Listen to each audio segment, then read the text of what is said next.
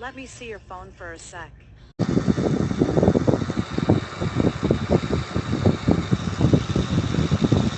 Dispersing monies in one. Naipadala na ng Philippine Reclamation Authorities Meron pang tumitingin, mga kaklinig ng ombudsman. Okay. sa mga otoridad ang mga ebidensya at dokumento kaugnay sa proyekto sa C6 Laguna Lake area. Inaasahan ding ipapasa ang mga ito sa Office of the Ombudsman. Ibig sabihin, yung mga dokumento, hindi lang galing ito kay Senator Lacson. Okay?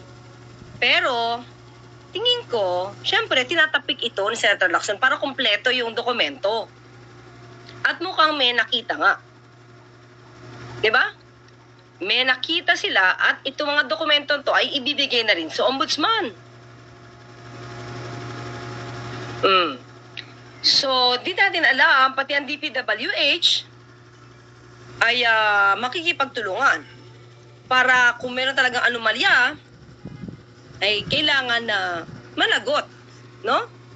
Ang dapat na managot. Hindi pa rito kasama mga clear yung issue ng NBI patungkol doon sa 2019 SEA Games. Pero again mga clear, marami na ang lumalabas na issue tungkol dito sa Taguig City. Mga proyekto. Pero parang wala tayong nakita na sino mang tinatawan ng ganito, isang opisyal na ganito, na siya ang nag-deny ng patungkol sa mga maanumalyang proyekto sa Taguig. Maliban kay Senator Alan Cayetano. Ba? So, tuloy, ako mga ka-clear, ang suspecha ko, mukhang may basihan. Yung sinasabi ni Senator Lacson, na walang pwedeng galawin dyan sa Taguig hanggat walang basbas ni Senator Alan Cayetano. Hindi kaya ito ang isa sa mga naging dahilan kung bakit hindi magkasundo si Senator Alan, si Senator Pia hindi nila kasundo si GM Lino Cayetano. Kasi magkakampi talaga si Senator Pia saka si Senator Alan. Naiwan sa ere, naiwan sa hangin, floating. Itong kapatid nilang si GM Lino Cayetano. Maybe, kasi biglang nagpatakbo ng iba. 'Di ba? Hindi sila in good speaking terms. Nakikinig sa aking YouTube channel. Baka naman nasisita Danilo ni Diso dating mayor. Mayor po kasi dati si GM TV. Baka nasita. Pakiclick lang po yung kamay. Hindi nagustuhan yung gawa. Photo sa baba Diba? ng video. Baka Pakiclick yung subscribe. nakita niyang inaabuso yung pondo. Baka siya nagkasundo. Dahil hindi sila pareho ng prinsipyo. Si Claire Castro sa kanyang vlog. So, pero dito mga clear, mukhang mukhang kita na. Ulitin ko na ng konti, Hindi ko siya matawag na user. I get 20% off every day. Pero pag nabili mo ang free shipping pass. Sobra na ba yung pagkakati ng anit mo, bunga ng dandruff o balakubak? Ito talaga yung pantapat talaga dyan. Ito yung Nakami shampoo. Galing mismo ito sa Japan. And syempre, ito yung legit, concentrated talaga siya. Galing siya talaga sa nature. Yan guys, So ito po yung pinaka-legit. At alam nyo guys, ang maganda dito, yung Nakami shampoo na to. Nakinig sa ating number one sa akin po yan, number one senador siya sa listahan ko sa 2028. Kung pwede po supportan natin siya kung siya ay tatakbo. Sa ngayon bawal, hindi pa sila nagdideklara kasi bawal pa. Pero sana po kung sakali tatakbo sa senador, supportahan po natin siya kasi kailangan po natin yung mga matatalino at hindi mahilig sa fake news. Yung mga bata, pumili na tayo ng bata, huwag na yung mga luma, kagaya ng Ligarta, luma na yan, ano pa ba gagawin niya sa Senado? Sa tagal niya dyan, dapat wala na siyang babalikan, marami na siyang nagawang batas.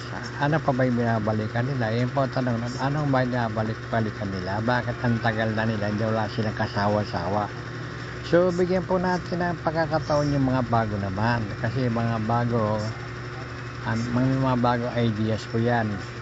Nakita nila yung mga ginawa ng mga lumang senador na wala namang masyadong ginawa. Palitan na natin yung mga bago dahil sigurado yan, mga energetic yan, maraming mga ideas yan. So, para sa magbago naman yung anyo na ating gobyerno, may iba naman tayo. Kumbaga sa putahe, puro na lang tayo sinigang mag-iba naman tayo ng putahe. So, yan po ay opinion ko na kailangan talaga kumuha na tayo ng mga kabataan. Hindi naman yung bata na trend, mga 40 and up ng mga senador na sa tingin naman natin may kakayahan kasi pag na-interview sila o nagsasalita sila, may sense po yung sinasabi nila sincere sila sa sinasabi nila pagmamahal sa bayan, pagmamahal sa ating bansa, pagmamahal sa kapwa tayo, pagmamahal sa mga mahihirap, lalo na sila ay galit sa mga nagnanakaw sa gobyerno. Kita nyo naman yan, daming nagnakaw sa kabanang bayan sa panahon ni BBM na lantad, no? Yung mga nakarang administration wala tahim sila, parang nagsasabuatan, nagbibigayan dahil magkakaibigan. Dito sa panahon po ni BBM parang walang walang kaibigan, walang kamag-anak, parang sana totoo, di ba? Kasi yung panahon na hirap, ginamit din yung salitang walang kamag-anak, walang kapatid, walang kaibigan, wala naman, hindi naman na nangyari yun So sana po sa panahon ni BBM ay totoo na walang sasantuin, walang paliligtasin. Ang dapat managot ay managot, makulong ang dapat makulong. So hanggang sa muli po, ito po si Danilo Dizon sa kanyang opinion. So good day and God bless. Dahil po ngayon sa payment of rewards, we're not supported with documents evidencing success, and yun nga po, hindi nila na-provide yung additional documents necessary para ma-ascertain yung purchase of supplies and medical and food aid. At saka po, meron din kaming naging findings sa sa reimbursement po. Okay. I-follow up ko itong tanong at pati yung punto ng reimbursement sa second round. Salamat, Ms. Eileen. Salamat, Mr. Presiding Officer. Senator Judge Villanueva, you have 2 minutes. You may proceed when you're ready. Unless Senator... Yung nagtanong si Senator Judge Risa Ontiveros, maganda yung tanong niya, no? Yung bang confidential fund ay nagamit sa tama? Dahil tinatanong niya na bumili ng mga gamot at pagkain. Pero walang mga resibo lahat yun, walang OR. Ang ipinakita lang ng opisina ng Vice President at saka ng DepEd ay puro acknowledgement receipt. So, mahina, hindi masasabi na verified. Kasi acknowledgement receipt, sinulak doon sa papel, ginawa nila yung form na ako, pwede rin akong gumawa yun, ginagamit ko sa pagbayad ng rental acknowledgement receipt, pinare-receive ko yung bayad doon sa pinagbayaran, sumanggap ng pera. Ganoon lang yan. Sila na magsasabi kung anong kinain, magkano kinain yun. Walang nakalagay na kung saan nila binili. Kasi walang OR, walang invoice. So, yun, kaduda-duda yun, kaya tinawag nilang irregular. So, So kayo po ay nakikinig sa aking YouTube channel, ang Danilo Dizon TV. Pakiclick po yung kamay at yung larawan sa baba ng video, at pakiclick na rin yung subscribe pagka lumabas. So tayo po ay nakapakinig ng portion lang to, portion lang sa haba ng 5 oras na tayo na impeachment trial, day 15, August 12. At ang kinuha ko lang yung tungkol sa binili ng mga gamot na walang resibo.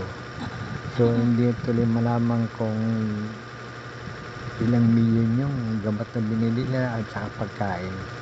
So ganda na po. Maraming salamat po sa inyong pakikinig, panonood. God bless.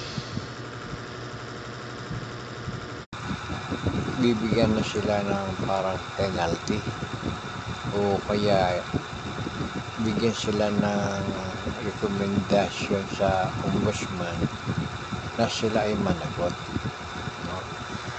So kayo po ay nakikinig sa aking YouTube channel, ang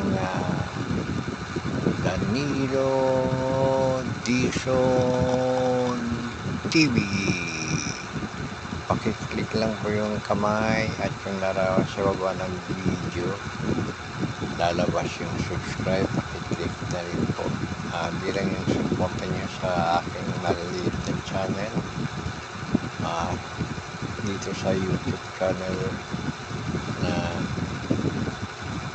nangangailangan ng 1,000 subscribers. Sa ngayon po ay 200 plus lang na aking subscriber. Ang target ko ay 1,000 ma-monetize ako at makairon ako pagpili ng mga kailangan sa pag-vlogging, kagaya ng mga SD card, mga laptop. Wala ko akong laptop na ginagamit sa ngayon. Ang ginagamit ko ay isang second na cellphone lang. At marami pa akong pagkagastusan. Okay. Sana pa matulungan niyo ako.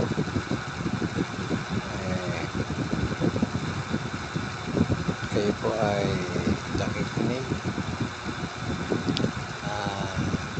sa credit nga pala kay Sir Christian Sigera sa kanyang content, sa kanyang vlog na Fox First, to his credit po. So hanggang sa muli po, good day and God bless. Alas na lang, kahit sa dabisdak na lang kahit i-invite ka one time. Hindi ka nga dyan, hindi ka nga in-invite dyan eh. Nag-invite ka ba? May nag-invite ba sa'yo na isang show? Wala din ah. Correct. Diba? Katulong lang ako, pero kaya kong sumabay sa may mga katalinuhan. Kahit siguro sumabay tayong dalawa. Kahit ilagay tayo sa isang show, tapos dalawa tayo, kaya kitang sabayan yan. Hindi lang, kuya, huwag kayong mag-insult sa show. Oo nga, yan ang problema ng i-insulto pero kayo. nag-guest Yan ang sa ayaw mga natin, show, mga kababayan. kasama si Larby Granada, Anumang trabaho, si Sir Ronald, anumang malinis yung mga na pinagkakakitaan ng mga kababayan natin, wala kayong karapatan para insultuhin. Kailan ba kayo na televised? Diba? Mga kababayan naman. Marami kayong mga kababayan na OFW. Mapalabas ka. Ayan, yung mga sumusuporta kay Sara Duterte. May mga hindi ba kayo professional nasasaktan sa ganyang sinasabi ng mga DDS vlogger? Na i-insultuhin yung mga katulong? Pero ano naman kung katulong? Putangin na yung mga pumupunta nga kay Sara. O ano yun? Yung mga corrupt, diba? yung mga senador. Ano yun? Mga manager ng bangko lahat yun? Mga ano yun? Mga doktor yung mga lahat ng yun sa ibang bansa? Nagsisikap yan. Sige Katulong nga. na nagsisikap. Baka lahat yan dumaan sa pinagdadaanan ni... tinitira nyo, ni mga Team professional 30. na kayo, pero wala mo Oh, di ba, mga kababayan? pangalan sa lipunan, mga Matapobre. bullshit. Mana kay Sara Lustay daw. Oh, Oh, sige. di ba? Mga kababayan ko. Papatuloy ko na. Ako kahit sino ka, pagka Boss ako White. nakasama ninyo, nakaharap ninyo sa ibang bansa, Gagamitin ko hindi tong po content ako mo, ha? Huwag ka magagalit namimili sa ng akin. pagtrato. Ako'y Pare-parehas maliit na yan. vlogger lang. hindi Yakapin pa ko nga- kayo, di pa halikan sikat. ko kayo, So, sa ganun mga ako. Akbayan nanonood, ko kayo, kwentuhan ko kayo, kausapin ko kayo. good day. Mga kababayan, God hindi bless. magbabago. Ano man trato natin sa mga senador, kay Pangulo,